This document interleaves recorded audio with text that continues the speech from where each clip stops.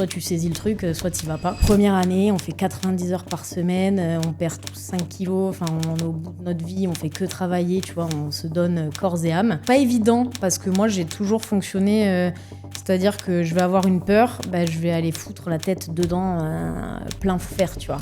Je suis bon donc, dans un seul truc, c'est que moi si tu me demandes de faire de l'argent, je sais le faire. Quand même une image de toi, on lâche le fouet et on est gentil avec soi. Ava aujourd'hui, elle a plus envie d'avoir d'associés ni d'employés, tu vois.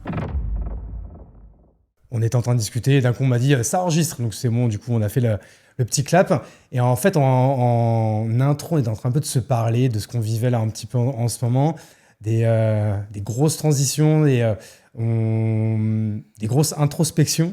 Et en fait j'allais te répondre que je vivais un peu la même chose là que toi. Okay. Et que en fait c'est parfait parce que ça va être un podcast où on va parler beaucoup de ça. Et on s'était même donné une règle il y a des mois et des mois quand on a planifié cet épisode, parce qu'on a eu du mal à se capter. C'est qu'aujourd'hui, on donne pas de chiffres d'affaires, de marge, de trucs et tout ça on sent bas la race. Parler vrai. Exactement. Tranquille. Du coup, je t'en prie, là, on était en train de parler un peu de transition, de ce que tu vivais là en ce moment. Je pense que tu peux embrayer là-dessus, et puis de toute façon, ça va se faire tout seul. Ouais. Déjà me présenter, donc moi je suis Ava Maïzani Casanova, entrepreneur et aventurière, j'aime bien le dire aussi. Et j'ai cofondé Père et Fiche il y a 8 ans maintenant. Et aujourd'hui, je suis dans une toute autre phase, plutôt dans quelque chose de comprendre les pourquoi, plutôt que de savoir comment. Donc, je suis vraiment dans une phase de mue. J'ai quitté ma boîte il y a très récemment, suite à une année riche en émotions. Et je dois faire face à ce deuil, du coup, d'entrepreneur dans le faire. Et aussi un deuil personnel parce que ma maman est décédée cet été. Donc l'idée, si ça te dit, c'est de parler un petit peu de tout ça et de ces phases de mue, en fait. Mais je suis complètement en ligne avec ça parce que c'est vrai que c'est des sujets qu'on donne pas beaucoup. C'est vrai qu'on essaye un petit peu de parler de temps en temps dans nos créations de contenu. C'est un peu du dark side des entrepreneurs. Mais même là-dedans, je trouve qu'on reste un petit peu en surface. Et tu vois, moi, pareil, là, 2025, ça a été une année, pareil, hyper éprouvante au niveau personnel, avec des choses qui me sont arrivées. J'en parlerai pas ici, mais même au niveau pro, où j'essaie un peu de remettre un peu du sens et un peu de me rendre compte de qu'est-ce que je fais depuis 15 ans. Je ne jette pas du tout ce que j'ai fait depuis 15 ans, au contraire. Mais du coup, je me suis vraiment posé la question, mais longtemps, j'aime bien les longues réflexions qui prennent des mois, et de me dire, est-ce qu'en vrai, j'ai encore envie de faire ça pendant les 10 prochaines années? Est-ce que cet objectif que j'ai depuis 15 ans, en fait, est-ce qu'il est encore aligné maintenant? Tu vois, moi, mon anniversaire, c'était en février, là, j'ai eu 37 ans. Et je sais pas pourquoi, j'ai eu un peu cette, peut-être une pré-crise de la quarantaine ou cette crise de la midlife, à se demander en vrai, si je suis à la moitié, en fait, qu'est-ce que je veux pour la moitié qui reste, en fait, tu vois? Grave. Et c'est trop bien parce qu'il y en a qui se posent jamais la question. Déjà. Ouais.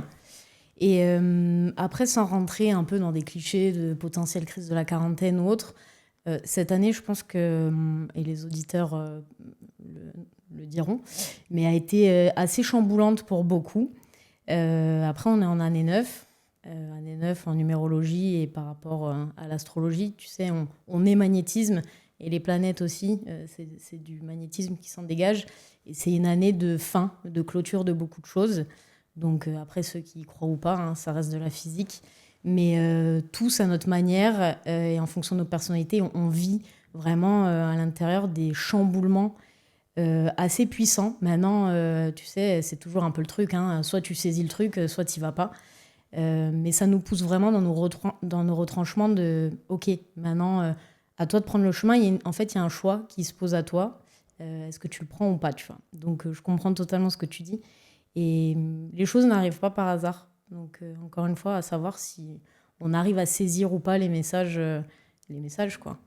Et du coup, pour prendre ton cas précis, toi, pendant 9 ans, donc du coup, tu as été un petit peu à 1000 à l'heure. Moi, c'est vrai que moi, je t'ai connu de deux façons. Déjà, je t'avais connu à l'époque parce que tu avais fait Koh-Lanta. Ouais. Tu n'avais pas fait, toi, la saison où il y avait les régions Tout à fait, c'était la première. Ouais. C'était les 4 terres. Donc, celle avec Becca. Ouais, avec Becca. Le regretté Becca, oui. Exactement. Donc, tu représentais le Sud, du coup. Le Sud, la Corse dans le Sud. Et c'était en 2020, la diffusion. Donc, génial. Moi, j'avais déjà commencé Père et Fiche. Mais j'ai toujours été, tu vois, j'ai fait aussi le 4L Trophy quand j'étais plus jeune à l'école. Je me passionne pour le 4L Trophy en ce moment, je te raconte. On en parlera. Mais tu vois, il y a toujours eu un truc de, encore une fois, pourquoi je veux faire ça. Il y avait un besoin aussi de reconnaissance, tu vois, de me prouver à moi-même et évidemment aux parents, tu vois, aux paternels et compagnie, de est-ce que je suis capable de le faire. Et tout ça, ça m'a amené là où je suis aujourd'hui. Et le constat, c'est que en fait, on est tous capables de tout. Une fois que tu le veux, je te donne un exemple tout bête. Tu pourras mettre des mots sur les gens qui font de belles vidéos, sur le pouvoir de l'intention et tu sais, ces entrepreneurs qui disent quand vous voulez, vous pouvez. Bien sûr, c'est vrai. Mais moi, je vais te parler concret. Je te donne l'exemple de koh. On lance Père et Fiche. Première année, on fait 90 heures par semaine, on perd tous 5 kilos, enfin, on est au bout de notre vie, on fait que travailler, tu vois, on se donne corps et âme. Juste peut-être rappeler ce que c'est Père et Fiche pour Bien ceux qui sûr. ne connaissent pas. Tu veux le faire ? Ouais, vas-y, je vais le faire. Qu'est-ce que c'est Père et Fiche ? Père et Fiche, c'est la première chaîne de burgers en France qui vend des burgers, pas avec de la viande, mais avec du poisson. Exactement. C'est un concept de démocratisation de la restauration rapide de poissons. Ouais. Donc spécialisé dans le burger, avec du coup, on travaille différents poissons, mais également du fish and chips, des apérifiches. Enfin, on se veut vraiment enseigne spécialisée dans la restauration rapide de poissons. Parce que le constat, c'était que les gens, ils en ont marre de la viande et que le poisson, personne s'y était vraiment aventuré. Tu n'avais pas de spécialiste en France. T'en as en Europe, surtout dans les pays nordiques, mais en France, t'en avais pas. Donc, on est arrivé vraiment avec cet objectif-là. Et on a commencé à franchiser cette année avec Lyon qui a ouvert en mars et d'autres ouvertures là, depuis la fin d'année. Ouais, et puis donc, vous avez développé Grave, donc je suppose parce que vous avez sûrement un bon produit. Je suis jamais allé manger parce que vous n'êtes pas à Bordeaux, mais On aussi arrive. parce que vous avez un branding et une communication hyper originale, je vais pas le dire le mot agressif, mais dans le sens bon du terme. C'est-à-dire qu'on vous voit quand même beaucoup et c'est ultra quali en termes de création de contenu. En fait, quand tu arrives avec un nouveau produit sur le marché, en fait, tu dois tout faire, que ce soit au niveau de la communication, que ce soit au niveau derrière. Moi, c'était mon taf, tout ce qui était opérationnel, donc logistique et compagnie. Créer tout ça et aussi bien acceptation du produit sur le marché. Donc, en fait, on s'est voulu percutant dans notre stratégie à tous les niveaux. Mais c'était dur, c'est dur encore. Tu vois, La restauration, c'est un métier de chien, quoi, de toute façon. Ouais, c'est un challenge de tous les jours. D'arriver vraiment avec un nouveau produit pour changer les mœurs. Parce que je peux t'assurer que quand on était devant le resto en civil et que tu entends les gens passer et qui passent, qui font « Ah, Père et Fiche !» Ah, Berck, genre en gros, Berck, fish and chips, poisson. Tu vois, c'est la première image qui pop parce qu'on a tous le souvenir du rectangle de cantine dégueu, sauce citronette. Moi, j'aimais bien, mais tu vois. Moi aussi, mais c'est vrai qu'on sent déjà les mains grasses, quoi, tu vois. Ouais, de ouf. Donc, non, c'est ultra challengeant. Ultra challengeant. Et c'était justement cette énergie créatrice, moi, qui m'a animée. Et on s'est lancé de suite après l'école, tu vois. Ouais, donc, trop cool. En plus, avec du coup la naïveté de la jeunesse et tu découvres tout. Mais en fait, heureusement qu'il y a la naïveté parce que je pense que si on sait d'avance ce que ça va faire, je sais pas si on a le courage d'y aller, quoi. Exactement. Je me rappelle d'une conférence ou d'un prix qu'on avait gagné à l'époque et il y avait le fondateur de Fago. Ouais. Nicolas ou l'autre, ou Fred. Je sais plus. Celui qui a les lunettes. Je sais plus. Le brun ou le blond. Le brun. Nicolas. Voilà, Nicolas. Et qui faisait un pitch en disant que s'il avait su tout ce qu'il allait traverser aujourd'hui, jamais il le referait, quoi. Mais of course. Et ouais. Mais bon, heureusement qu'on a cette force au début. Donc bref, début de Père et Fiche, on est à fond, on est un peu des piou-piou, quoi, tu vois, genre, on n'en a pas fait de restauration. Moi, j'avais travaillé un peu des saisons, tu vois, l'été chez moi, mais je ne suis pas restauratrice. T'as 24 ans, tu sors d'école, qu'est-ce que c'est ? Donc, découverte du milieu. En même temps, découverte aussi de tes associés, parce qu'on les connaît à l'école et c'est sympa en soirée, mais il faut apprendre à travailler ensemble. Et surtout, on se confronte au milieu parisien, qui est ultra concurrentiel. En plus, rue du Faubourg-Poissonnière. Toi, vous avez fait exprès, en vrai. Ouais, ça, tu vois, pareil, il n'y a pas de hasard. Non, mais tout ça... C'est beau que vous soyez restés, du coup, ensemble là, depuis 9 ans. Ouais. Parce que franchement, j'ai pas la stat, hein, mais les associations, c'est tellement dur. Alors, une association à 3, avec une boîte qui, certes, elle marche bien, mais parce que vous vous êtes accrochés, 9 ans, c'est que c'était une belle association complémentaire qui a fonctionné, quoi. Ouais, de ouf. Et en fait, on se le dit, on se l'est toujours dit, mais notre priorité principale, c'était vraiment la boîte, tu vois.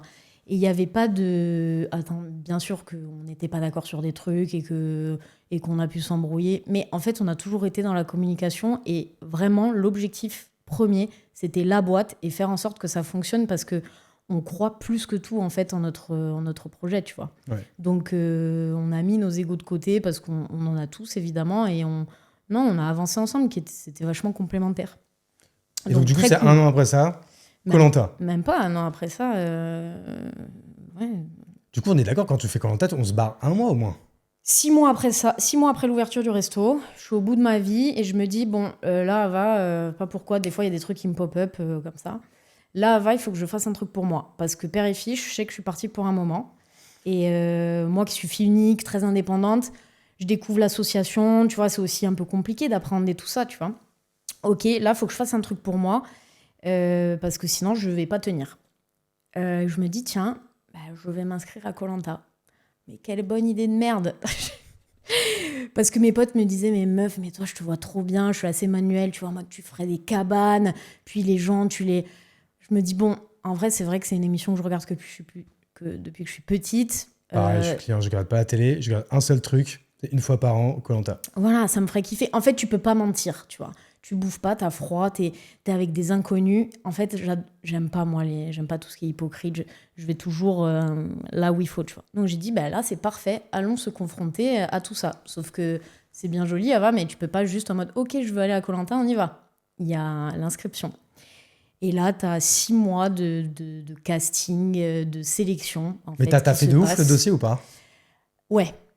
C'est-à-dire que je savais ce que je voulais. En fait, à partir du moment où je me suis dit, OK, c'est bon, je m'inscris maintenant. Genre, tu vois, j'ai mis 1 mois à faire le dossier. Bon, après 1 mois, j'ai peut-être bossé 2 heures dessus. Mais tu vois, genre, à réfléchir, à savoir comment je voulais me vendre, à savoir eux ce qu'ils pourraient potentiellement attendre. Parce qu'en fait, il faut se dire, c'est quoi les personnages qu'ils attendent, en fait. Donc, quel personnage je vais être, en fait, un peu. Est-ce qu'il y a un peu de ça ou Oui et non, mais après, j'ai envie de te dire, pas tout le monde a cette réflexion-là quand il fait le dossier, tu vois. Genre, c'était vachement... j'ai été vachement vulnérable et sincère dans mon dossier. Mais en même temps, il y avait un truc où, bien sûr, que tu dois correspondre à un profil qu'ils recherchent. Donc, j'ai pas eu un mytho sur moi parce que j'ai été un peu du pain béni. Fille unique, corse, qui fait du tractopelle, qui a monté sa boîte, tu vois. Donc, tu t'attends au fort caractère, qui était capitaine de l'équipe de rugby à l'école. Enfin, tu vois un peu le profil qui se dessine. Donc, 6 mois de casting s'enchaînent. Déjà là, c'est une vraie épreuve, en fait.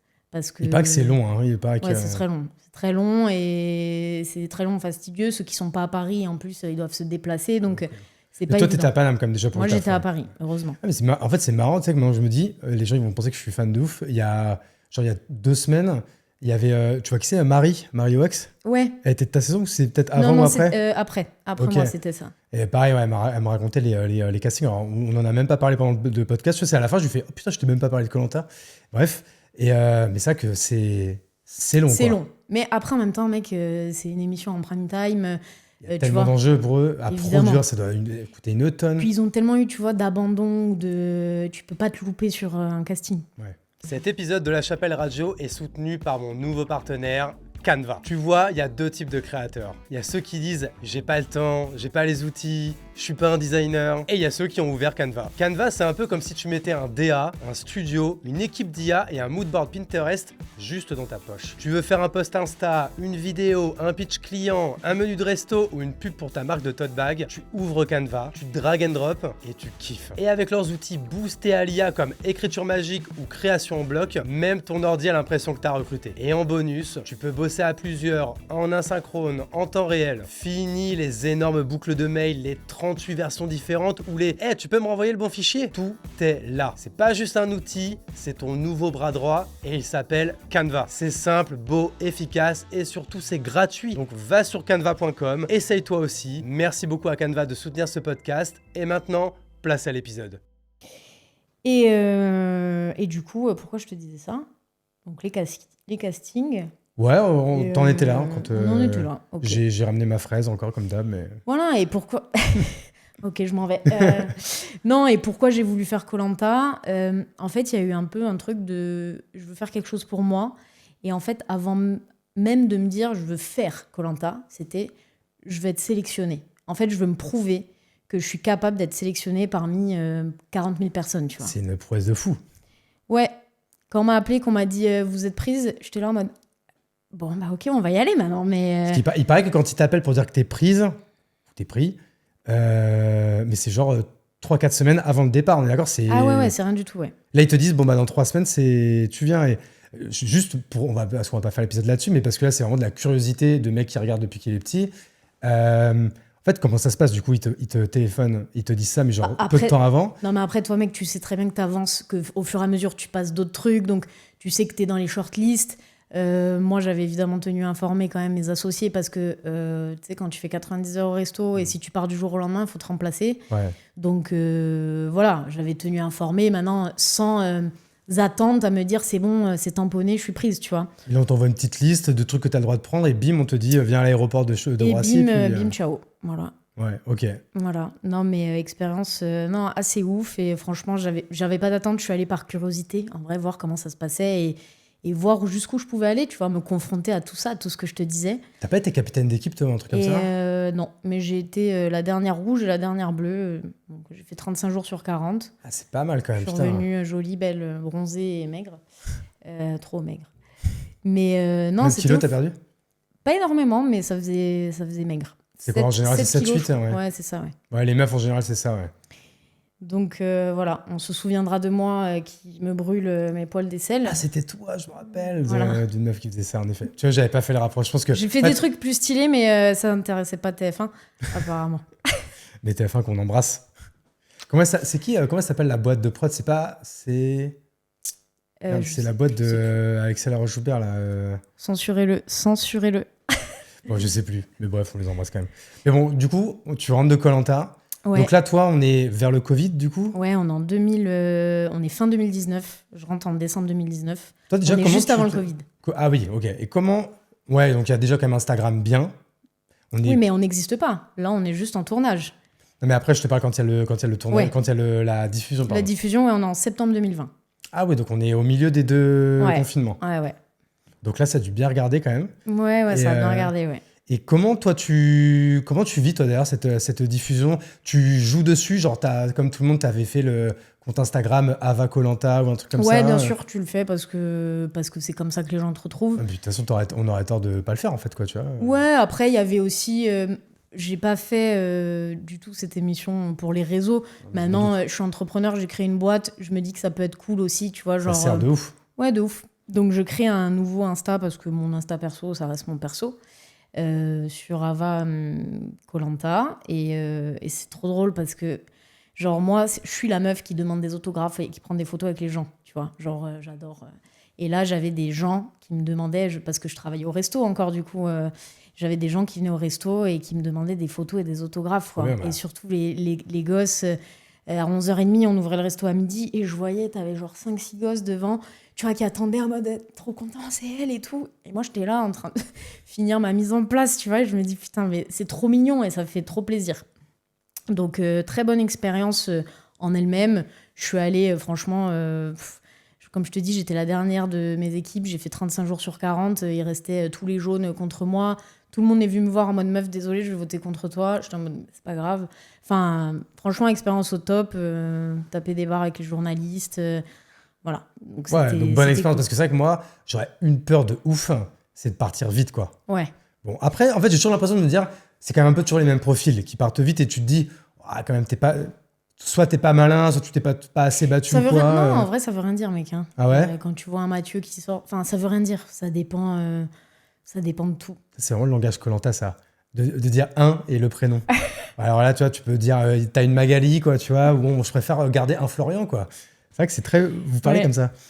Bref, c'est un petit aparté. Mais non, écoute, très bonne expérience. Après, là, tout ce qui était télévisuel, pas évident, parce que moi, j'ai toujours fonctionné...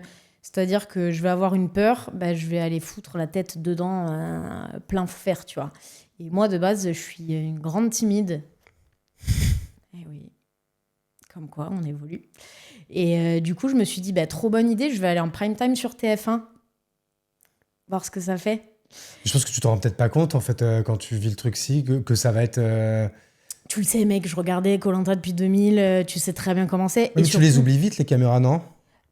Tu les oublies, oui, mais c'est en fait le contre-coup. Quand le vendredi soir, t'es devant ta télé, que tu te regardes Ah oui.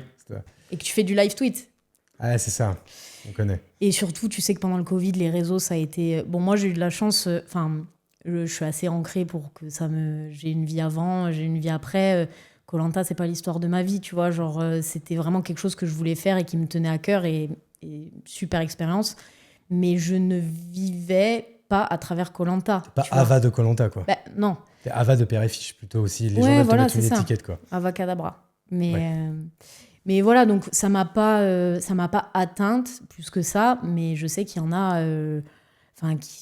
il y en a, c'est costaud. Puis tu sais très bien les réseaux, comment ça fonctionne. Ça charge, quoi. Il y en a qui restent kéblo un peu. Ouais. Bah, c'est pas évident, mec, hein, quand tu te prends, tu t'affiches devant... Je me doute, je connais pas, mais en effet. C'est en ça où je trouve que, tu vois, genre les saisons, même ma saison en vrai, hein, mais depuis 2015, t'as eu, je trouve, une évolution aussi dans l'émission qui a viré, et de par aussi l'évolution avec les réseaux, mais qui a viré un peu plus télé-réal, tu vois, où c'est plus en mode, alors, vous avez réussi à faire le feu, c'est plus en mode, qu'est-ce que, selon vous, Bidule est partie faire dans la forêt, est-ce que vous pensez qu'elle vous apprécie, tu vois, enfin... Voilà, nous, on vivait vraiment une expérience, mais humaine de ouf, et on diffuse ce qui marche, ils diffusent ce qui fonctionne. Ouais. Voilà. Donc ça relatait pas forcément, ça relatait pas ce qui se passait, parce que tu penses bien qu'entre ce qu'on vit et ce qu'on partage versus l'émission, c'est différent. Moi, j'avais discuté avec quelqu'un qui l'avait fait et qui me disait... T'en connais des gens qui ont fait Koh-Lanta, toi, hein? Ah, écoute, hein, on est là, on discute. Ah, en vrai, vous êtes des centaines hein, maintenant, Ouais, franchement, avec le recul. Donc, en vrai, c'est assez facile de rencontrer quelqu'un qui l'a fait. Hein. Et parce que tu vois, en fait, encore une fois, que ce soit toi ou Marie que j'ai invité, bah, en fait, je vous invite pas parce que vous avez fait Koh-Lanta. C'est par rapport à vos situations d'aujourd'hui. Et il s'avère que vous avez fait Koh-Lanta. Comme quoi, maintenant, vous êtes un peu infiltré partout. Vous êtes pire que le Mossad, quoi, tu vois. Bon, bref. Oula, ça, on va censurer, pardon. Je vais avoir des problèmes. Et putain, il faut que j'arrête de me couper la parole, mais je me rappelle même plus ce que je disais. Je disais, ah oui, et cette personne, elle me disait que l'un des pires trucs, c'était l'ennui, en fait. Que des fois, les journées, elles étaient interminables.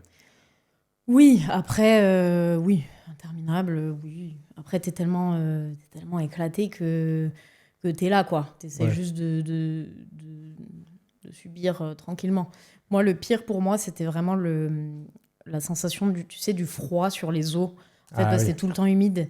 Ça, c'était très dur. C'est comme, tu sais, je sais plus comment... c'est la torture par...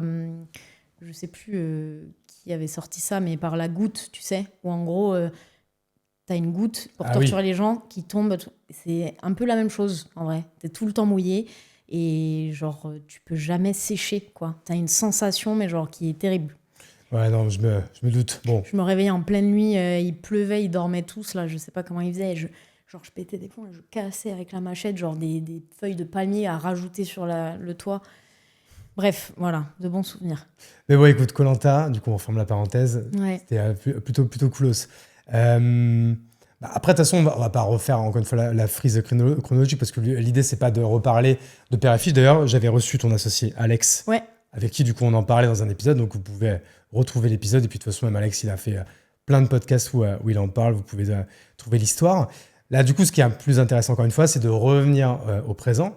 Et donc, du coup, de savoir un peu ce qui s'est passé cette année, un peu dans ta tête. Comment, en fait, quand on est ancré dans une histoire, donc une histoire quand même de 10 ans, tu vois, où on se dit, bah, moi, je suis ça. Je suis la cofondatrice de Père et Fiche. C'est mon projet depuis 10 ans. On cravache les heures, ça se compte par dizaines de milliers depuis 9 ans. Et puis, d'un coup, d'arriver en fait à se dire, bah en fait peut-être que maintenant il faut que ça se termine pour que j'ouvre un autre chapitre. C'est pas facile ça. Exact. En fait, c'est comme quand on ferme une histoire d'amour qui a duré 10 ans et qu'on se dit, bah là en fait on n'est plus tant amoureux que ça, mais souvent cette transition elle dure longtemps parce que c'est difficile d'admettre justement qu'on n'est plus amoureux de la personne et qu'en fait bah, il faudrait passer à autre chose quand on a été tellement habitué que ça c'est tellement ancré dans notre vie, quoi, tu vois. Exactement. Bah, l'idée c'est de déconstruire à chaque fois et ça passe par le travail sur soi évidemment et on le voit de plus en plus dans les mœurs ça se démocratise quand même vachement en termes d'émissions, tu vois, sur le bien-être, sur le prendre soin de soi. Il y a notamment aussi des applications, j'ai découvert ça il n'y a pas si longtemps, de rencontres avec des psys, genre de matchs de psy. Enfin, genre, Le Tinder des psys. exactement, que je ne citerai pas. On se retrouvera pour une sponsor dans un prochain épisode. Mais donc, on baigne vachement là-dedans et l'idée, c'est de pouvoir en fait toujours avoir, tu sais, on est dans un microcosme, on est focus, la tête dans le guidon, mais toujours en fait de pouvoir prendre le recul suffisant et de se regarder en fait comme au ciné, tu vois, genre en mode avec des pop-corn et de se dire, ok, là, où est-ce qu'on en est? Est-ce que c'est toujours aligné avec ce que je suis ou pas? C'est un exercice qui est ultra dur à faire parce que à aucun moment on nous a appris à le faire, tu vois. On est dans une société qui nous dit faut que ce soit comme ça, faut que tu rentres dans tel schéma, faut construire des réussites, faut bâtir. Mais à aucun moment on nous dit écoute-toi, parce qu'en fait c'est toi qui crée tout le reste. Tu vois. Mais c'est marrant. En fait, tu vois, si on reprend un peu la sémantique, c'est qu'en effet, on est là pour construire. Et en fait, c'est ça qu'on ne nous apprend pas à déconstruire. C'est vrai que maintenant, c'est un mot qui devient de plus en plus à la mode, mais c'est intéressant en fait du coup de poser ce mot-là, de l'écrire et de dire c'est quoi déconstruire. En fait, c'est tellement c'est difficilement conscientisable et on le fait pas de manière naturelle en fait. Eh oui. Et surtout, quand tu construis, on peut garder la même métaphore, tu vois. Mais quand tu fais que construire des bâtiments et bâtiments, au bout d'un moment, il n'y a plus de place. Donc, au bout d'un moment, tu es obligé de tout raser pour recréer de la place. Et c'est exactement la même chose. C'est comme un processeur, tu dégages de l'espace pour retrouver du stockage. C'est pareil pour nous. Et du coup, je comprends la difficulté de déconstruire parce qu'on ne nous habitue pas à le faire. On ne nous apprend pas à le faire. Donc, c'est en gros, nous, solo, un peu, un moment, moi qui ai toujours été fascinée par le comportement humain, tu vois, depuis que j'ai 18 ans, j'ai une lubie, c'est d'être en psychanalyse. Chacun ses délires. Et il y a 4-5 ans, c'était plus devenu lubie, mais en fait, plus un besoin, en mode, ok, en fait, c'est bon, c'est le moment. Tu vois, genre, il y a aussi des étapes de vie qui te font réaliser et surtout où tu te sens enfin prêt à passer le pas parce que on a beau conscientiser plein de choses. Oui, ça, je sais que c'est comme ça. Ma relation avec un tel, c'est comme ça. Mais si. Mais en fait, tant que tu le vis pas de l'intérieur et que t'es pas prêt, tu pourras jamais évoluer et passer à l'étape d'après, tu vois. Donc oui, cette capacité à déconstruire et à lâcher prise et à lâcher tout ce qui nous a fait exister pendant des années, tu vois. Et donc, pour moi, cette année, ça a été assez costaud parce que, comme je te disais, j'ai quitté ma boîte Père et Fiche, j'ai ma maman qui est décédée cet été. Ça fait un double deuil, en gros, dans un laps de temps très restreint, mais qui sont quand même assez liés, finalement. Pour reprendre un petit peu la chrono de l'année, on lance notre premier franchisé à Lyon en mars. Donc, en gros, ça y est, tu vois, tout ce qu'on a construit depuis 8 ans, enfin, le lancement en franchise, tout est solide, le système d'appro, tout est carré, tu vois, genre, il n'y a plus qu'à appuyer sur les boutons. Et en fait, on va passer sur encore une autre sphère, mais moi, je sentais, on parlait d'énergie tout à l'heure, mais je sentais je sentais pas l'après, tu vois ce que je veux te dire? Je n'arrivais pas, alors qu'il y a 3 ans, on a traversé des périodes très difficiles aussi avec Père et Fiche, tu vois, genre où on s'est posé des questions en mode est-ce qu'on continue ou pas, comme tout entrepreneur. Mais il y avait vraiment il y avait une vision de l'après, enfin, il y avait une confiance dans l'après, je savais que... Et là, en fait, début d'année, un espèce de, tu sais, genre comme si j'étais coupée, quoi. Genre en mode, je sais pas, je n'arrive pas à avoir de vision dans l'après, pas de motivation, enfin, je sais pas, je suis coupée. Arrive ce qui se passe avec ma mère et je traverse ces quelques mois avec elle à 300%. Et du coup, je mets de côté Père et Fiche parce que j'étais dans l'incapacité de bosser. Mes associés étaient très compréhensifs. Et en même temps, je me dis, putain, la question ne se pose pas. Bien sûr que je vis ces instants avec ma mère, mais en même temps, putain, là, ça arrive. On a, je sais pas combien d'ouvertures d'ici la fin d'année. Tu vois, un sentiment aussi, une espèce de loyauté professionnelle où tu te dis, putain, merde, tu sais, tiraillé entre les deux, jusqu'au moment où, en fait, tu dis, non, en fait, genre, c'est ça le lâcher prise, tu vois. C'est que, c'est maintenant que je dois lâcher. Et c'est que ma place, elle est plus à cet endroit-là. Et quand j'arrivais même plus, en fait, à envoyer des messages ou à répondre, et là, je me suis dit, c'est bon. Genre là, je le sens. En fait, j'ai lâché. Et cette période de vie que je suis en train de vivre avec ma mère, elle est pas là par hasard. Enfin, elle est là à ce timing. C'est pas par hasard non plus, tu vois. Et donc, voilà, ça s'est fait un petit peu en simultané. J'ai annoncé mon départ, ma volonté de partir en tout cas, et à mes associés avant le décès de ma mère. C'était important pour moi aussi, en termes de symbolique, tu vois. Pour pas que le décès soit en lien forcément avec mon départ. Non, ma décision était déjà prise avant ça, en fait. Et elle était totalement sereine et apaisée. Donc, ils ont été très compréhensifs parce qu'ils s'en doutaient aussi. Et ce que j'ai expliqué, c'est que quand tu traverses une épreuve comme ça, tu es tellement en train de changer, d'évoluer, que l'après, tu peux pas faire un retour en arrière, tu vois. On peut pas se retrouver dans 6 mois en mode bon, bah c'est bon, allez, on reprend comme si de rien n'était. C'est pas possible. Moi, en 5 mois, j'ai l'impression d'avoir vécu 10 ans d'analyse, tu vois. Ouais, je vois. Et bah, c'est comme, c'est un tremblement de terre. Et qu'est-ce que tu... donc du coup, par exemple, quand tu leur annonces, donc du coup, je suppose qu'il y a dû avoir plusieurs étapes, mais ça, en fait, l'annonce, quand même, ça ancre la chose. Et en plus, je suis désolé de reprendre cette métaphore, mais c'est pareil quand la rupture amoureuse, c'est ce qui ancre, c'est le moment où les deux se parlent et se disent c'est terminé. Tu vois, même si tu pouvais le sentir avant par des comportements Grave. ou par des choix ou des choses ou des interprétations, là, quand c'est dit, c'est ancré.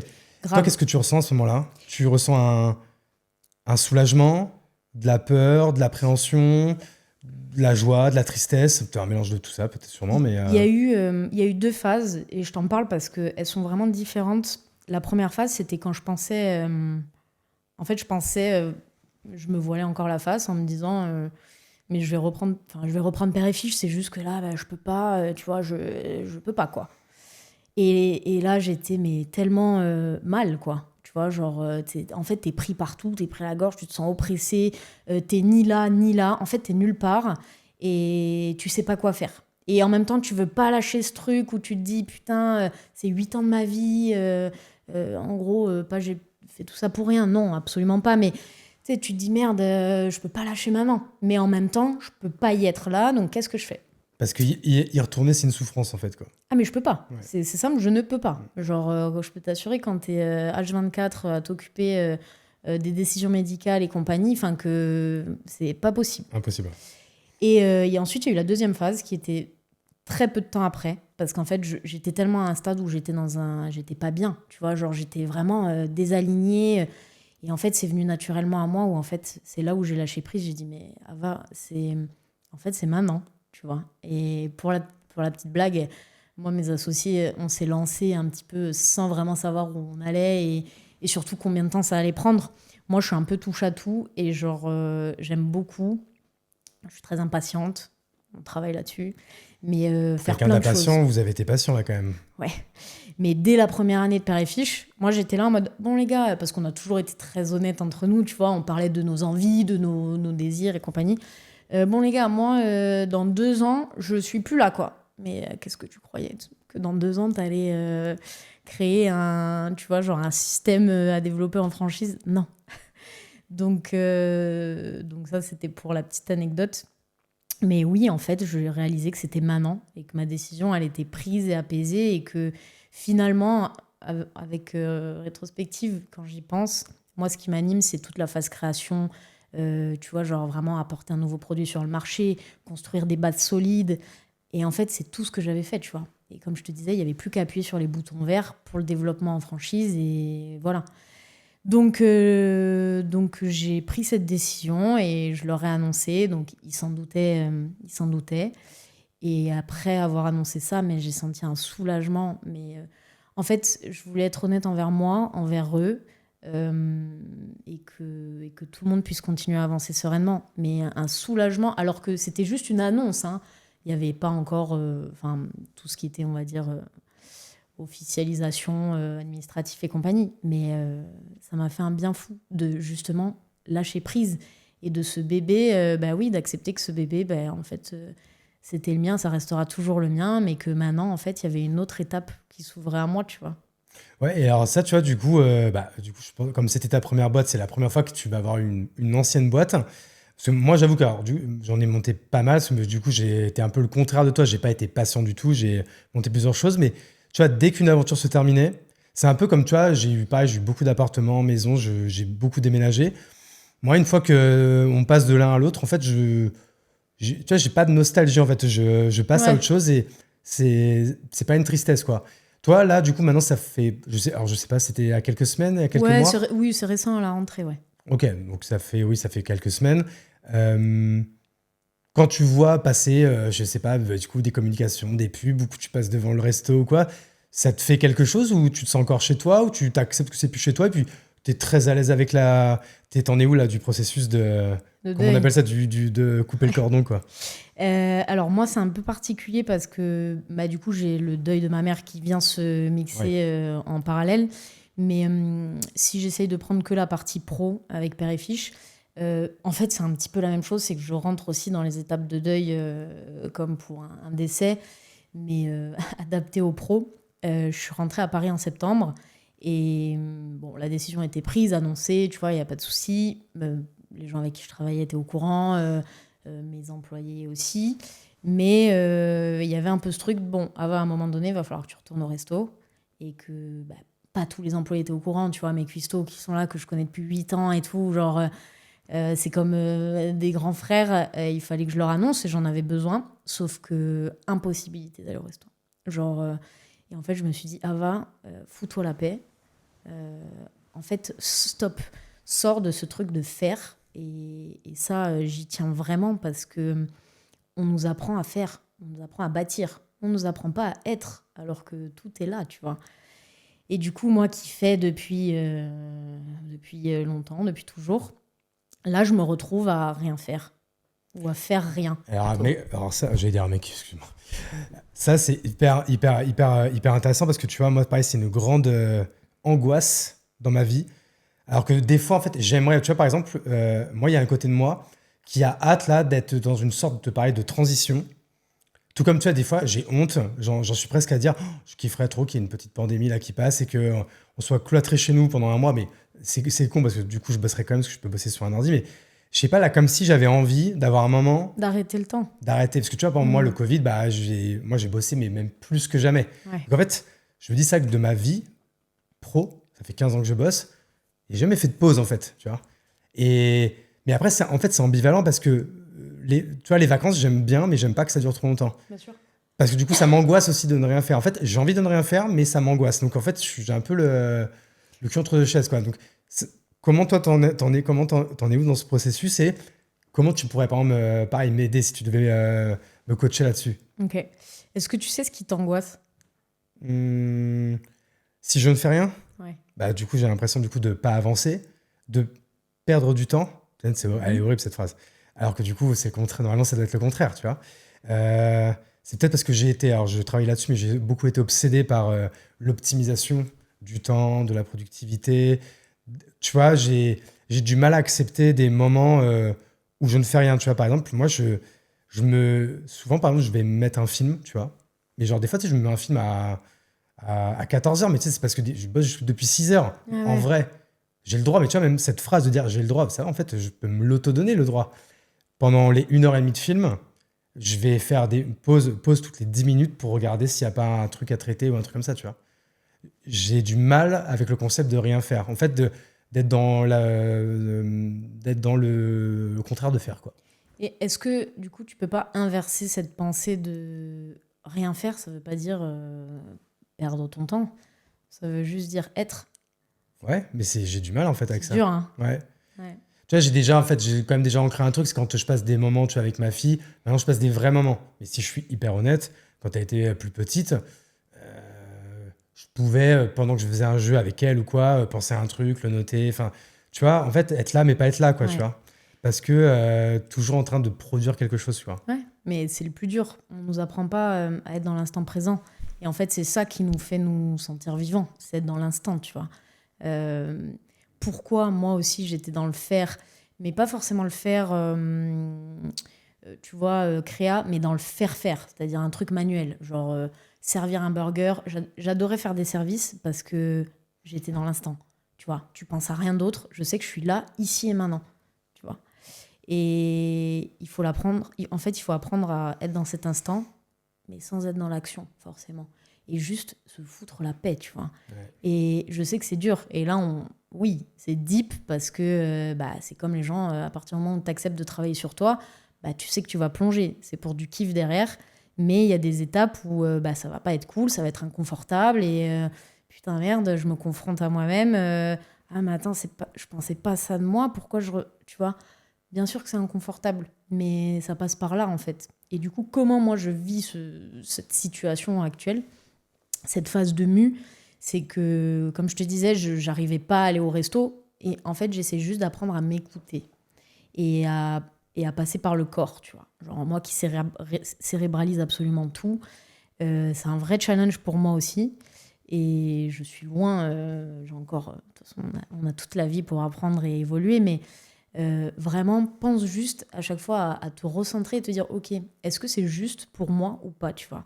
Et de capter, mais ne serait-ce que des petits signes, tu vois, du quotidien, qui, toi, vont te dire, non, mais c'est du hasard, c'est du truc. Bah non, c'est pas du hasard, en fait. C'est quelque chose qui, toi, te parle. Donc, si ça te parle, c'est qu'il y a un écho quelque part, tu vois.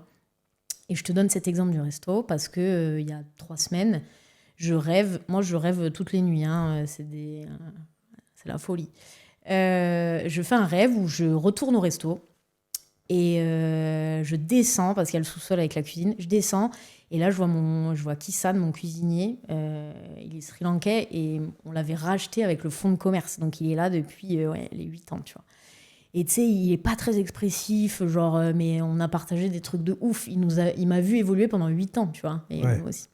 Et du coup, je le vois dans mon rêve, je descends comme ça et je dis, oh, Kissan, j'ai dit, bon, je te le dis, j'ai dit, c'est terminé pour moi, père et fils, tu vois, genre. Et je le vois, il me regarde comme ça et on partage juste un moment assez émouvant. Il me prend dans ses bras et le rêve se termine.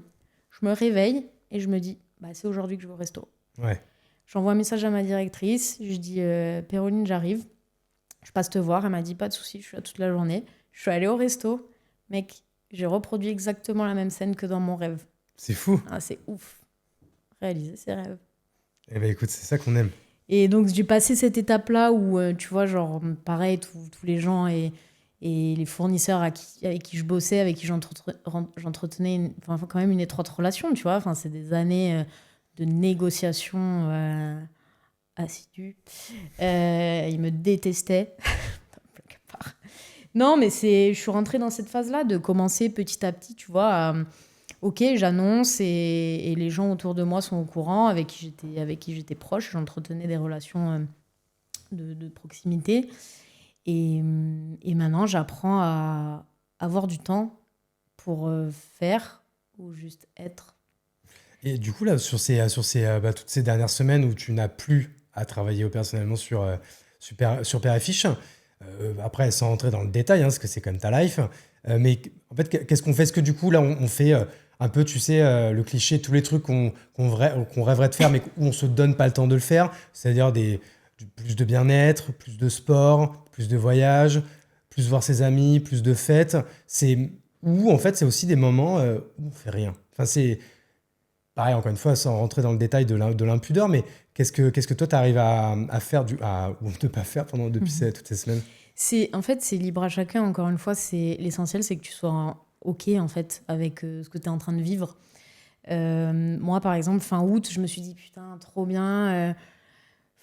Genre, après tout ce que je viens de traverser, en plus, là, je bosse plus. Moi, j'adore voyager, tu vois. Et je me suis dit, trop bien, je vais partir, et solo. Je vais partir, tu sais, j'ai plus de contraintes, tu vois. Je suis pas du tout partie voyager. Et en fait, j'en ressens pas l'envie pour l'instant. Je sais que ça va arriver, mais je sais que c'est pas le moment aussi. Pareil, de capter les messages un petit peu qu'on t'envoie. Je m'étais inscrit à un truc pour mi-janvier, pour me barrer. Et on m'a dit, non, désolé, il n'y a plus de place. Donc c'est vraiment, non, Ava, tu restes là, tu restes avec toi et tu vas te confronter à toi, tu vois. Donc, non, en vrai, j'ai des choses perso à faire.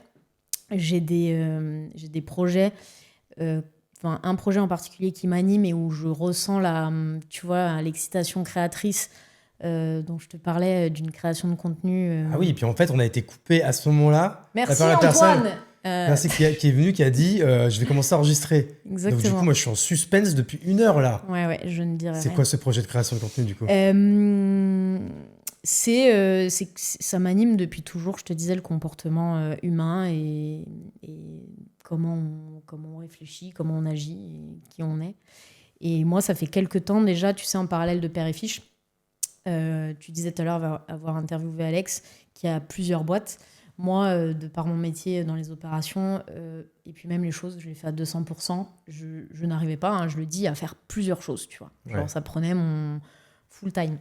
Sauf qu'il y a quelques temps, quand même, plusieurs mois, je me suis inscrite à une formation en psychanalyse transgénérationnelle. Trop bien. Je ne sais pas si tu connais. Ben non, mais tu vas me le dire.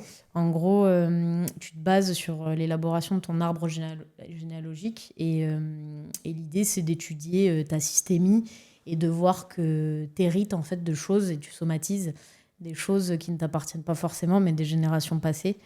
Donc c'est assez cool, en vrai. Surtout pour moi, en tant que Corse, on baigne pas mal là-dedans, tu vois. Mais en gros, d'analyser tout ce qui va être numérologie, donc les dates importantes de naissance, de décès, les types de maladies ou d'accidents qui ont pu survenir, les liens que tu as avec les gens, et c'est assez bluffant, à vrai dire. On pourra étudier ça dans un prochain podcast. Mais donc, je me suis redirigée là-dedans, mais plus en partie formation, à me dire, j'ai envie de me former à ça. Pas juste mes lectures, mes trucs, moi-même pratiquer chez des thérapeutes, aller voir des thérapeutes. Et en fait, il y a un constat aujourd'hui que je trouve qui est assez dingue, parce que j'ai encore des amis qui ont mon âge, qui ont la trentaine passée, qui aimeraient vraiment prendre soin d'eux et aller bosser un peu sur eux. Mais en fait, ils savent pas par où commencer, quoi. Et moi, le premier. Voilà. Et là où je suis passée, moi, il y a quelques années, bon, après, j'ai toujours été curieuse et je m'intéressais beaucoup à ce milieu-là, tu vois, genre du milieu thérapeutique, même un peu plus ésotérique. Et comme il y a beaucoup à boire et à manger, en fait, mec, t'es du père dans un truc où tu te dis, soit c'est des charlatans, soit il y a une espèce de truc de gouroutisation où tu te dis, je me fais avoir, mais en même temps, ça me fait du bien, je sais pas. Donc, t'es perdu et en même temps, t'as pas confiance.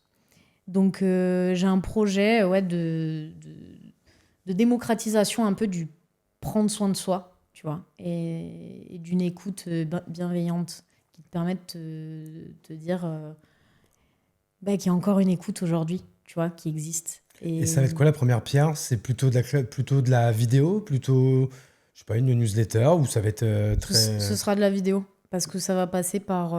Il y a une vraie volonté, et tu vois, on en parlait aussi de... Aujourd'hui, le constat que je tire de toutes ces années entre Père et Fiche, Koh-Lanta et compagnie, aujourd'hui, j'ai un besoin perso, on a tous de l'ego, et aujourd'hui, je le reconnais, tu vois, il y a une question aussi d'ego où j'ai besoin, moi, de me mettre en scène pour valoriser les gens et les écouter, tu vois. Là où je pourrais juste faire une interview ou même un podcast non filmé, tu vois. Mais non, là, il y a une dynamique, parce que je ne dirai pas tout, mais il y a une petite spécificité au contenu vidéo qui fait que je suis obligée d'être dedans. Parce que tu vas montrer des choses.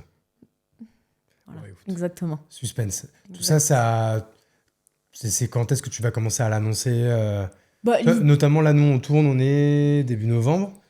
Je suppose que tu vas faire quand même une annonce. Oui, mais tranquille, mec. Ouais. Oh, on n'est pas... C'est juste pour avoir les dates. Non, il n'y a pas de date pour l'instant. Il y a un projet pilote qui sera tourné d'ici la fin d'année. Très bien. Et après, l'idée, c'est de proposer un projet qui est quand même propre, d'en refaire un par la suite. Donc oui, premier semestre 2026. Ah, mais parce qu'en fait, ça va être un truc qui va être ultra produit. C'est pas genre une vidéo brute que tu vas faire toute seule. Je suis pas toute seule, non. Ok. Mais c'est des potes, quoi. Il y en a qui sont dans la vidéo, d'autres dans le son, et voilà.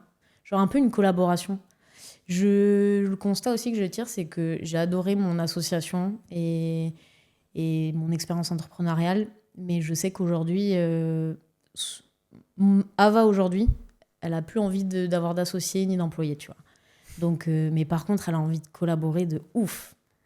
Et c'est ce que je suis en train de créer. Et ça, c'est cool parce que ça vient naturellement aussi. En fait, tu dégages, t'attires ce que tu dégages. Donc là, en fait, là, t'en es à l'étape. Moi, d'ailleurs, c'est une étape que j'adore. Et toi, du coup, des fois, j'aimerais en fait aussi avoir ces moments de transition. C'est pour ça qu'en fait, limite, tu vois, si on rêve tous un peu un jour de revendre sa boîte ou ses parts, bah, en fait, moi, plus que le fantasme de la somme ou quoi qu'on en retirerait, mais qui est à un moment donné, qui est quand même cool, tu vois, quand tu dis, tu vois, genre, t'as bossé 5 ans, 6 ans, 9 ans, Bien t'as sûr. mis tes tripes et tout, tu vois, c'est normal qu'il y ait quelque chose en face qui soit un peu à la hauteur de ce que tu penses que ça vaut ou quoi. Et ça te donne, en plus, c'est une somme souvent en plus qui peut te donner justement le temps de faire, en fait, pareil, moi, ce qui m'excite, c'est qu'on me file une feuille blanche et je commence, tu vois, à griffonner les premières idées, etc. Et c'est trop bien, ça. Grave.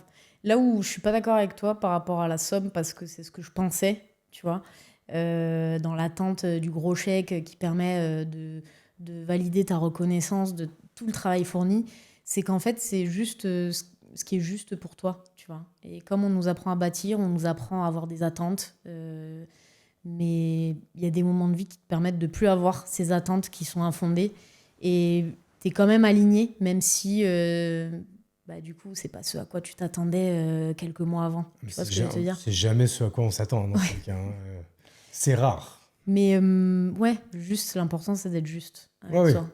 Non, mais moi, j'avoue que tu vois, je suis un mec qui, dans tout ce que j'ai vendu, j'ai toujours vendu en dessous du prix. Mais parce qu'en fait, à ce moment-là, en effet, c'était comme ma décision était prise, Ouais. dans tous les cas, et donc du coup, je suis un très mauvais négociateur de dire ça là à tout le monde. Mais en vrai, moi, quand ma décision est prise, quel que soit l'argent que vous mettez sur la table, je le prends parce que dans tous les cas, je veux passer à autre chose. Donc C'est bien. tu vois, c'est ça un peu l'idée en fait. Exactement. Donc du coup, là, tu as du temps, tu travailles sur le truc. T'es en mode quoi? C'est-à-dire que là, pareil, tu vois, moi, je rêve aussi d'une vie, d'une transition, pas toute la vie, mais tu vois, d'une transition de quelques semaines, quelques mois, genre où j'ai pas de réveil. Ça doit être merveilleux, non? Pourquoi tu te les accordes pas? Comment? Pourquoi tu te les accordes pas? Parce que, alors, mais c'est une bonne question, mais en vrai, j'ai une réponse, et peut-être que tu vas pas la trouver bonne, mais moi, je trouve qu'elle est bonne. C'est qu'en fait, aujourd'hui, vraiment, j'ai besoin de cette amplitude de journée Mais t'as pour raison. faire tout ce que je veux faire. Ok. Et puis, dans tous les cas, de toute façon, j'ai une fille, et donc, moi, je me lève à 6 heures, mais si je mettais pas ce réveil-là, enfin, dans tous les cas, il faudrait que je me réveille à 7 heures, parce qu'en fait, à 8 heures, il faut qu'elle soit à l'école, quoi. Donc, tu vois, dans tous les cas, tu dois te lever quand même. Bien sûr. Après, tu sais, il y a des solutions à tout. Mais tu as répondu à ta question, tu as dit j'ai besoin d'avoir cette amplitude horaire de journée. Donc aujourd'hui, tu as un peu tu sais, c'est un peu ce qu'on a tous aussi. Et ce qui fait qu'on est dans une période latente de je sais pas si je vais à gauche ou à droite. Mais tu peux avoir des envies, mais tu n'es peut-être pas prêt en fait juste à les vivre. Tu vois ce que je veux te dire? On a tous des rêves. Tout est possible, comme je te disais tout à l'heure, dans la limite du raisonnable.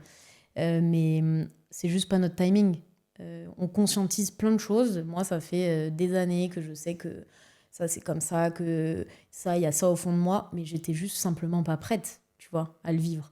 Et père et fiche, comme je te dis, moi, dès la première année, j'ai dit, bon les gars, moi, j'ai cru qu'en 2 ans, ça allait être plié, qu'après, j'allais faire ci, qu'après, j'allais faire ça.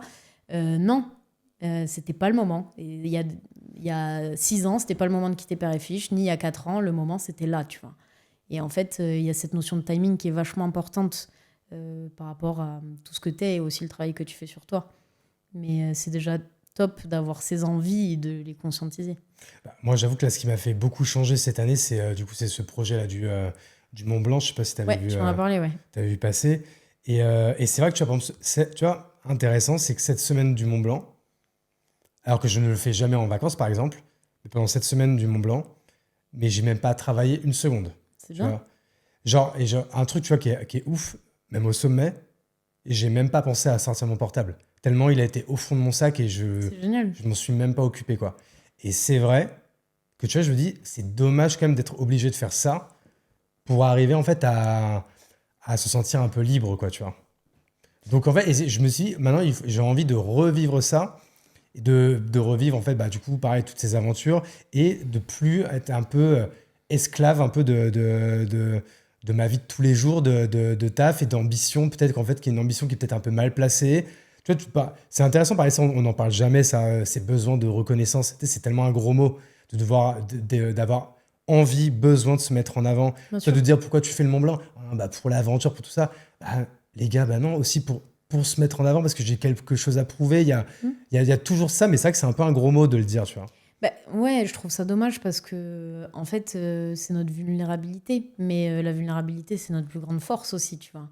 Et c'est totalement OK de se dire bah, pourquoi je veux faire ça. Et c'est même, en fait, la base de savoir pourquoi tu veux faire les choses. C'est ce qui te permet justement de déconstruire et d'aller plus loin et d'aller vraiment où tu veux. Et tu vois, tu parles de cette semaine au Mont Blanc, mais en fait, tu peux le faire dans ta vie de tous les jours. Mais c'est très dur quand on est ancré dans des schémas où, comme tu dis, tu as tes journées où elles sont toutes programmées, militarisées. Ouais, c'est fou. Mais ça peut se faire et ça peut commencer par des toutes petites choses, tu vois. Genre, juste faire les choses en conscience.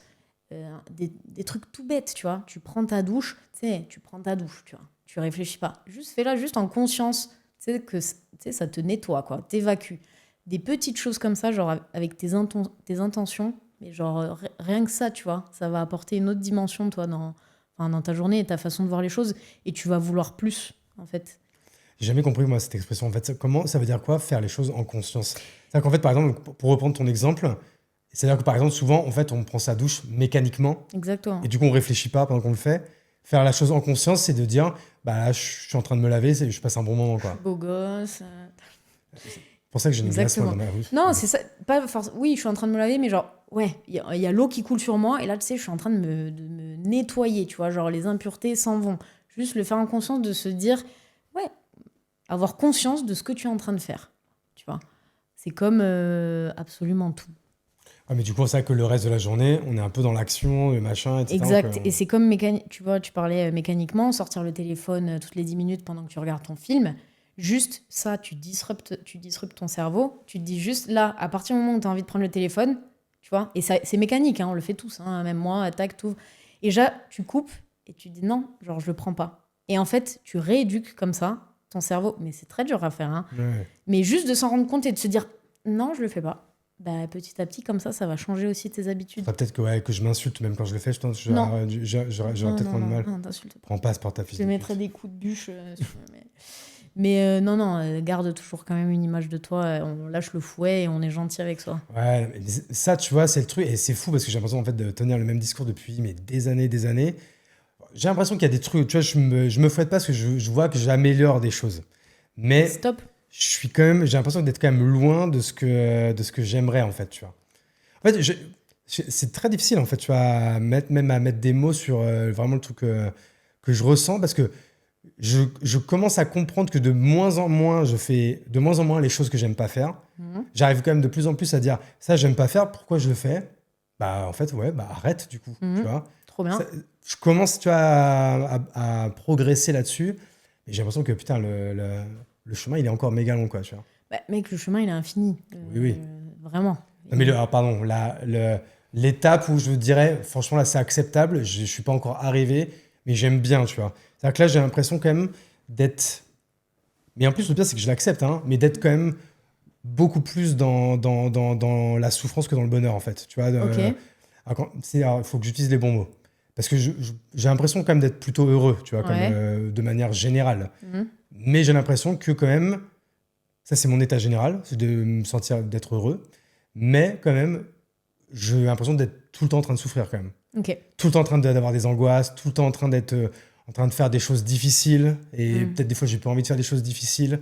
Tu vois ce que je veux dire ou pas? Je comprends. Maintenant, tu as dit mon état général, je suis globalement heureux. Il faut déjà savoir que être heureux, en fait, c'est un état à un instant T. Tu peux pas dire je suis heureux et ma vie dans Peut-être ma le vie, mot, je suis c'est heureux. satisfait. Tu Ok. vois. Pour utiliser les bonnes sémantiques, mais encore que bon. T'es satisfait, ok. On nous a vendu, un peu comme ce que je te disais tout à l'heure, mais on nous a vendu en gros, la vie, c'est soit t'es merguez, soit tu réussis. Ouais. C'est faux en fait. La vie, c'est ça, hein. Et que tu sois, que t'aies tel niveau ou tel niveau, ça reste ça. Ah oui, moi, je sais. Et t'as un peu raison, moi, c'est vrai que je me sens un peu soit l'un, soit l'autre, quoi.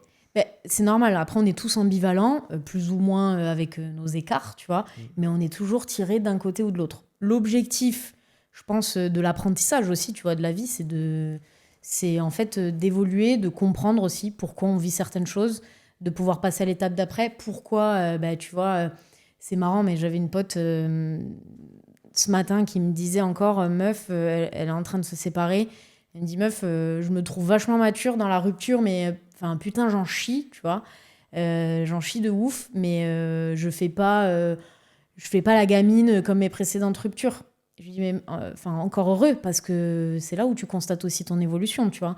Genre, à situation plus ou moins équivalente, parce que ça dépend aussi des gens et compagnie, généralement, tu ne reproduis pas la même chose. Ou alors, tu restes dans tes schémas parce que c'est satisfaisant et que même si c'est totalement toxique ou autre, mais en fait, c'est confortable pour toi parce que c'est quelque chose que tu as tout le temps connu. Et c'est comme si je prends ton exemple de schéma de journée ultra calibrée, de besoin de satisfaction, de reconnaissance, d'accomplir, t'es beaucoup dans une énergie de fer qui est très masculine. Mais en fait, essaye juste de comprendre pourquoi tu as besoin de ça.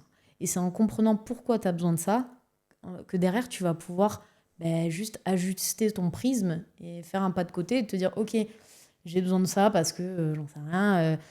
En fait, ça m'appartient pas. Et du coup, c'est là où tu vas pouvoir l'ajuster. Tu vois. Mais essaye de comprendre, on est vraiment dans le pourquoi et pas le comment, tu vois. Pourquoi tu as besoin de faire tout ça? Pourquoi tu as besoin d'être rythmé? Pourquoi Pourquoi tu as besoin de faire ça? Je te réponds là, on est parti dans la psychanalyse ou Let's pas? go.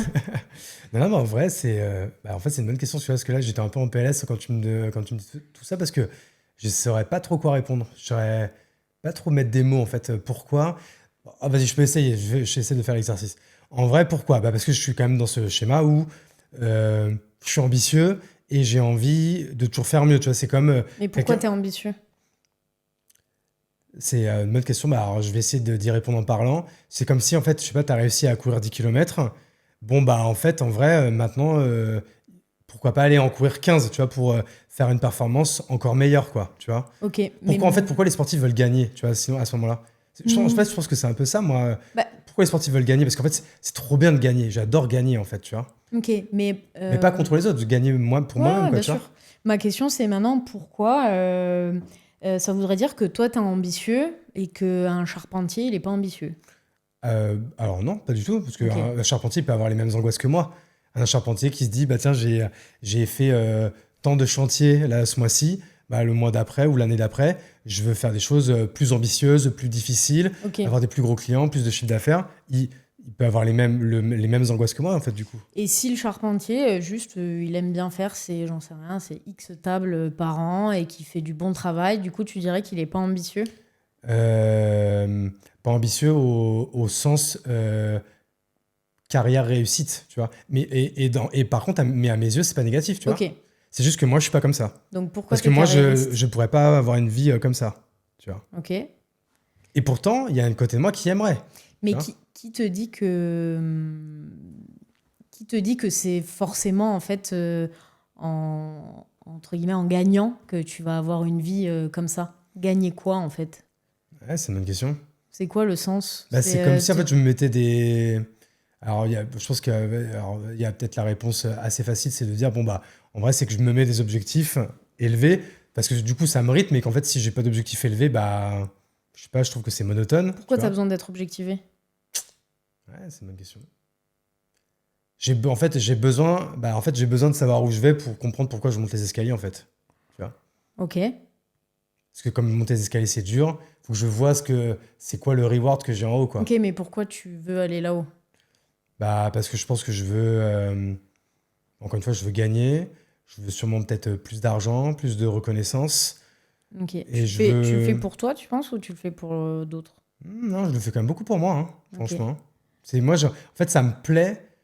Encore une fois, ça me plaît de gagner, en fait. Et encore une fois, même si, évidemment, c'est toujours agréable de savoir que les autres le voient, je pense quand même le faire surtout pour moi, en fait, tu vois.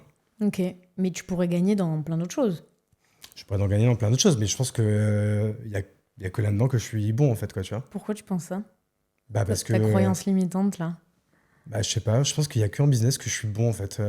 J'ai jamais été le meilleur en rien, donc, mais ça, j'aime bien, tu vois. Je me trouve pas mauvais, quoi, tu vois. Parce que tu fais que ça depuis 15 ans. C'est clair. Ouais. Mais... Non, mais tu sais que, regarde, par exemple, je vais donner un exemple. Là, d'avoir cette année le projet là, du Mont Blanc. Du coup, d'en faire un film. Et surtout, en fait, ce qui est génial, tu vois, parce que pareil, plus tard, je sais pas, peut-être que je passe pour un enculé ou quoi. Par exemple, moi, le film, là, Objectif Mont Blanc, c'est un truc qui m'a pris des milliers d'heures. J'ai levé beaucoup d'argent, hein. Et j'en ai dépensé plus que ce que je n'ai levé auprès des sponsors. Parce que je suis dans une vraie démarche de création de contenu, artistique. Faire du cinéma, ça a toujours été mon rêve et tout. Donc, tu vois, quand même, en fait, j'arrive à me donner du mal, pas que pour l'argent. Alors après, les gens, ils me diront, ouais, mais si ton film marche bien, c'est pour la reconnaissance, tout ça et tout. Certes, franchement, je me fantasme grave le moment où je vais prendre le micro à la fin du Grand Rex et tout. Ça, je ne m'en cache pas. Depuis que j'ai 9 ans et demi, Oui, bien sûr. je rêve de faire un discours aux Oscars et tout. C'est mon rêve ultime et mec, tout. c'est trop bien. Enfin, Ouais. c'est trop bien de l'assumer et de le reconnaître. Ouais, ouais, tu vois, clairement. Mais non, mais pour dire que je ne me donne pas du mal pour l'argent. Tu vois, enfin, je veux pas que les gens y pensent ça. C'est juste que je trouve que c'est. En fait, l'argent, c'est comme un mec qui court, c'est un peu comme un chronomètre. Bah, quand même, à un moment donné, si tu as fait quelque chose de difficile et que tu as réussi à le faire, et c'est pas donné à tout le monde, bah, le moyen de le calculer, c'est quand même l'argent. Et après, bien sûr, quand on a, bah, c'est cool, tu vois. Et je te parle d'un mec qui est un ancien pauvre, et aujourd'hui, moi, tu prends mes comptes en banque, il y a que dalle, hein. Franchement, je suis pas riche du tout, quoi, tu vois. Mais ouais, j'ai un peu divagué là. Non, vas-y, t'inquiète. Mais grosso modo, tu vois, voilà. Là, du coup, cette année, avec ce projet Mont Blanc, ça m'a fait dire que, voilà, mon projet de life, c'est que maintenant, j'aimerais en fait aller très vite vers cette transition où moi, si toute ma vie pouvait être tournée vers créer des contenus, donc en vrai, si je dois me mettre un mot là-dessus, moi, je rêverais d'être youtubeur, tu vois, par exemple. Moi, ce serait mon métier de rêve, tu vois. Et pas pour être millionnaire, tu vois, parce qu'en vrai, tu peux être youtubeur et gagner normalement et tout, t'es quoi. aligné et que ça a du sens et qu'en Voilà. fait, ça vaut tous les chèques du monde, tu vois. Et ça, tu vois, si j'arrivais à faire ça, donc en fait, il faut juste que je fasse cette transition et que je finisse là, cette aventure entrepreneuriale que je suis en train de mener là, et qui doit se finir par une revente ou quoi. Donc pareil, là, je mets pas de l'eau à mon moulin, mais moi, c'est dans les 2-3 ans, n'importe quel chèque qu'il y a sur la table, je le prends et je deviens réalisateur de documentaires à temps plein, quoi, tu vois. Je comprends. Mais pour ça, faut pas avoir d'attente, en fait. Ah, j'ai zéro attente. Ok. Parce que ce qui est cool, c'est que j'ai tu vois, souvent, il y a des gens, ils veulent pas aller réaliser leurs rêves. Parce que souvent, en fait, souvent malheureusement, en fait, les rêves qu'on a, ils sont pas, c'est pas le meilleur moyen de gagner de l'oseille. Donc, en fait, en vrai, réaliser des films, c'est pas le meilleur moyen de gagner de l'oseille. Mais heureusement, encore une fois, je suis bon dans un seul truc, c'est que moi, si tu me demandes de faire de l'argent, je sais le faire. Donc, je me dis que j'arriverai toujours à vivre normalement et que du coup, je pourrais utiliser 90% de mon temps pour faire ce truc qui, peut-être, un jour, en rapportera, mais c'est pas le but premier, quoi. Ok. T'es arrivé là où t'en es aujourd'hui parce que t'avais une volonté de faire de l'argent. Hmm. En fait, c'est un peu comme une North Star. Tu vois, le fait mais ça, pareil, c'est une bonne question. Il faut que j'arrive à mettre les bons mots là-dessus.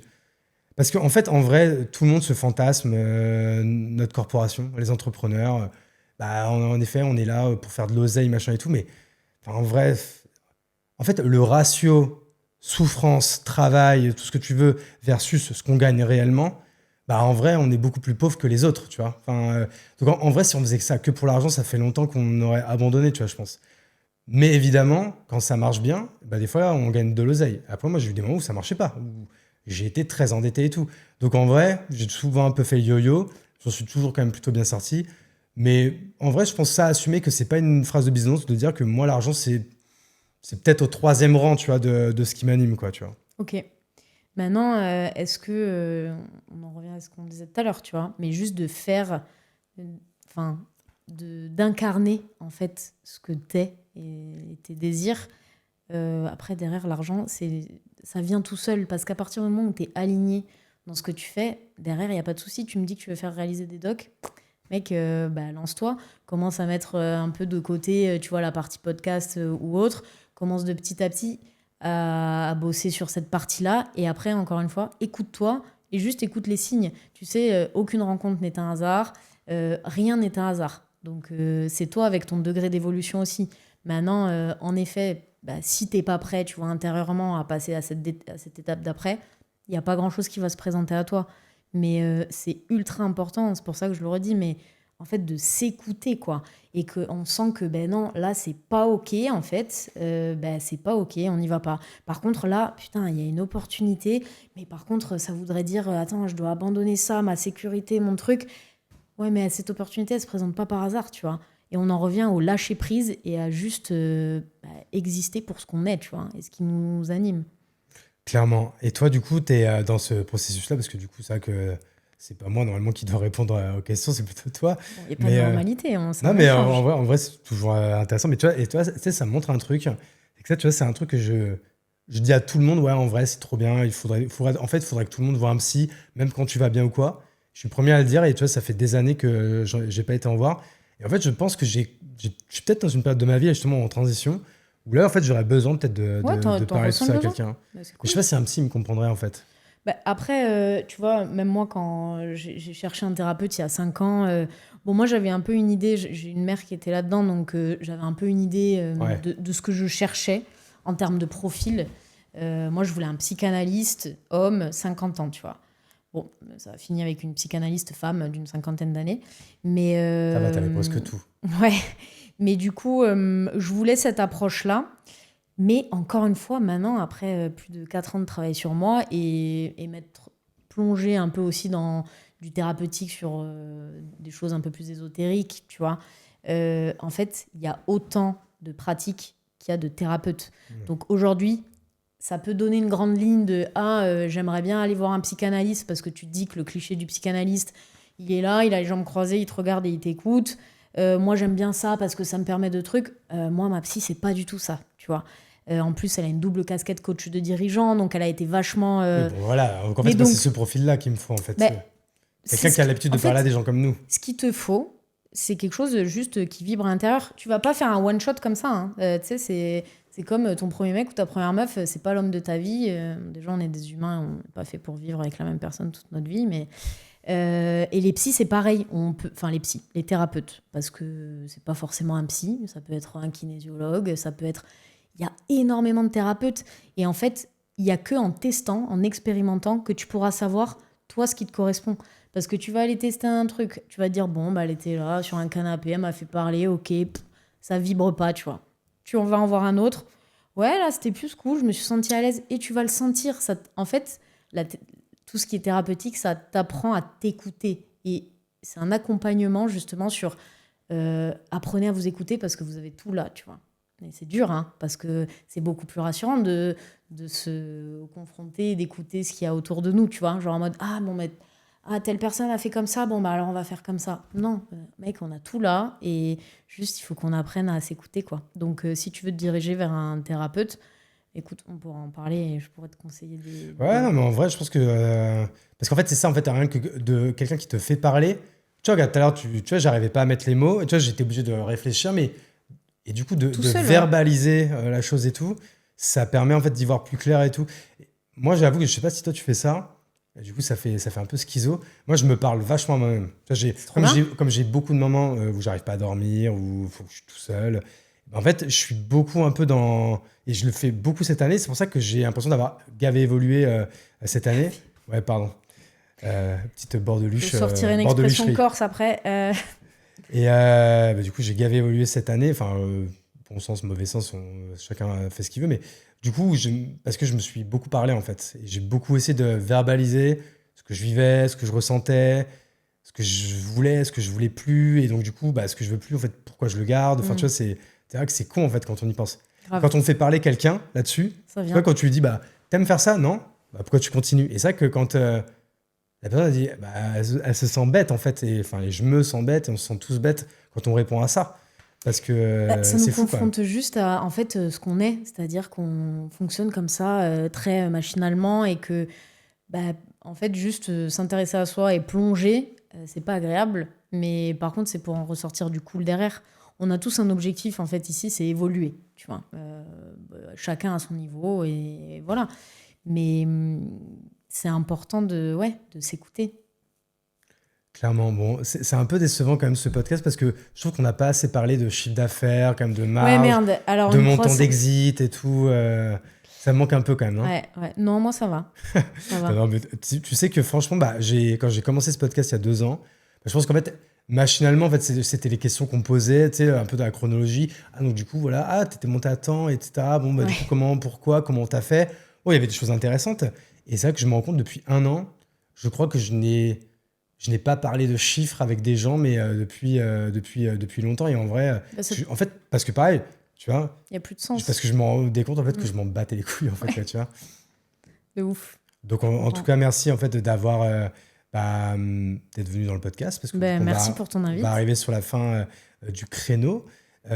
C'était hyper cool parce que en vrai, limite, j'ai l'impression que c'était également un petit peu mon podcast parce que j'ai pu parler, répondre à tes questions. Donc, merci pour ça. Où est-ce qu'on te suit, Ava? Avacadabra. Avacadabra. Ouais, Insta et bientôt YouTube. C'est ça, sur Insta, c'est Avacadabra? Ouais. Ok. C'est pas Avacolanta, du coup. Non. Ça, du coup, en fait, c'est ce compte-là que tu as changé? Ouais, mais il y a longtemps. Hein. Oui, non, je me doute. Au début, ouais. Ok. Donc, on te suit sur Insta et sur LinkedIn, évidemment. Ava, Maïsena. Non, je l'ai pas dit. Maïsena. Mousseline, Maïzani. C'est un peu comme Maïzena, mais Maïzani. Et après, c'est quoi déjà? C'est Colonna, Cordona? Putain. Casanova, mais pourquoi Casanova. Oui, pardon. Comme le Don Juan. Je sais pas pourquoi. En fait, mais c'est juste, je sais pourquoi. Parce que je parlais avec un Colonna tout à l'heure, qui était corse aussi. C'est vrai, qu'est-ce qu'il fait? Il est chez Conto. On peut. Ah ouais? Ouais. Okay, on se connaît, c'est sûr. Ah, sur l'île, tout le monde se connaît, quoi. Tout le monde Exactement.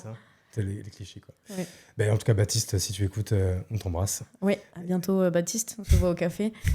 Et écoute, Ava, en tout cas, merci beaucoup. Je vais faire les petites mentions légales de fin de podcast. Je vais remercier Studio Stories, qui nous accueille dans ce super setup. Le sponsor, je ne sais pas qui c'est, mais je l'embrasse. Si vous nous écoutez sur YouTube, évidemment, on s'abonne, on met un petit like, on met un petit commentaire. Très important pour le référencement. Si on est en audio, un petit 5 étoiles. Si vous avez aimé le podcast, évidemment. Si vous n'avez pas aimé, vous mettez surtout pas 0 étoile, parce que ça, c'est très mauvais pour moi. Et la fin est beaucoup trop longue. Je vais cutter direct. Au revoir et bisous à tous.